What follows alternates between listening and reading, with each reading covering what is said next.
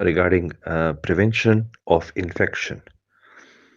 So I will, if there is the following are the strategies which avoid infection in a patient. I divide my strategy into preoperative, intraoperative, and postoperative. Preoperative, same day admission, segregation of trauma cases from elective cases, treat septic lesions beforehand, like feet, urinary, dental, and respiratory problems. Shave should be done in anesthesia room. Nasal decolonization is important. If the patient has previous admission to the hospital, I will prefer to do MRSA screening for the patient.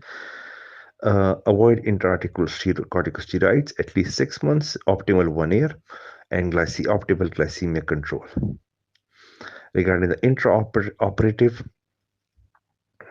the important things are preoperative antibiotics dosage at induction, antibiotic loaded cement, ultra clean air and laminar flow, body exhaust suit, avoid unnecessary movement of the theater staff, good surgical technique, gentle handling of the tissues, length of the surgical intervention, wound lavage, careful hemostasis, avoid tissue necrosis and prevent hematoma.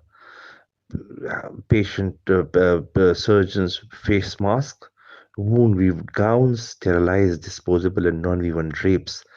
Every catheterization should be covered with antibiotics. Incidence of bacteremia increases to at least 1% with a single catheterization attempt, to 10 to 30% for the catheter which is left for 4 days. Post-operatively, I would like to give antibiotic for 24 hours. We prefer to give one dose 6 hours after the surgical intervention, minimize number of dressings, and early and safe discharge.